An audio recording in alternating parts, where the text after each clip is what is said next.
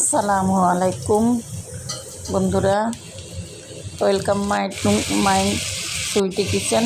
এই যে আমি এখানে পেঁয়াজ ভেজে নিয়েছি। পেঁয়াজ ভেজে হলুদ, মরিচ, আদা, রসুন বাটা, ধনিয়ার গুঁড়ো দিয়ে এটাকে বেশি করে 2-3 মিনিটের মতন বেশি ভাজা ভাজা করে নিয়েছি।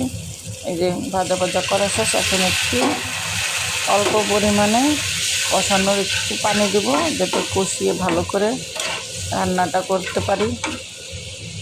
এখন এই যে কষানো শেষ, দেখেন তেলটা উঠে গেছে।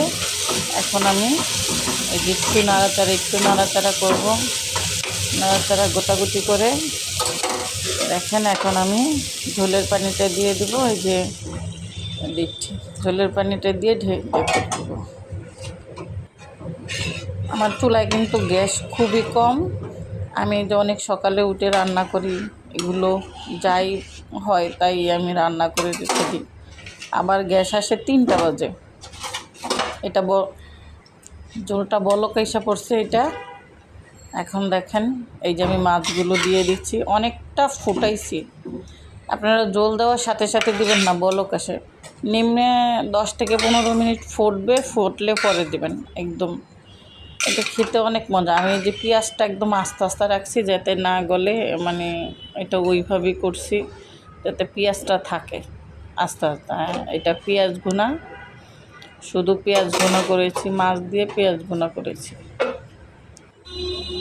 মাছটা ভালো করে একটু ঢেকে দিয়েছি, ঢেকনাটা উঠায়া এই যে দেখেন নেড়ে চেড়ে গোটাগুটি করে এই যে এগুলো ডাবিয়ে দিচ্ছি, গোসল টোসল করে ডাবিয়ে ভালো করে দিচ্ছি।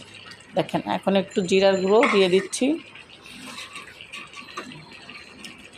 জিরার গুঁড়োটা মিক্স করে দেবে এগুলোর সাথে, জলের সাথে যেন মিশে যায়। আমি হাফ চামচ সব কিছু হাফ দিয়েছি। লবণ, মরিচের গুঁড়ো, হলুদের গুঁড়ো, ধনিয়ার গুঁড়ো, আদা রসুন বাটা অল্প, একদমই হালকা। এই যে আমার এই যে রান্নাটা হয়ে গেছে, আমি মিক্স করে দিয়েছি। এই যে দেখেন রান্নাটার লাস্টে 2 পিস মাছ ছিল, তাই আমি দিয়ে দিচ্ছি। ভিডিওটা ভালো লাগলে লাইক করেন, কমেন্ট করে শেয়ার করেন বন্ধুরা। আমি যে মাছ রান্না করি, জিরার গুঁড়ো, টোটো মশলার টুসলো দিয়ে এই যে আমি এগুলো করে নিই।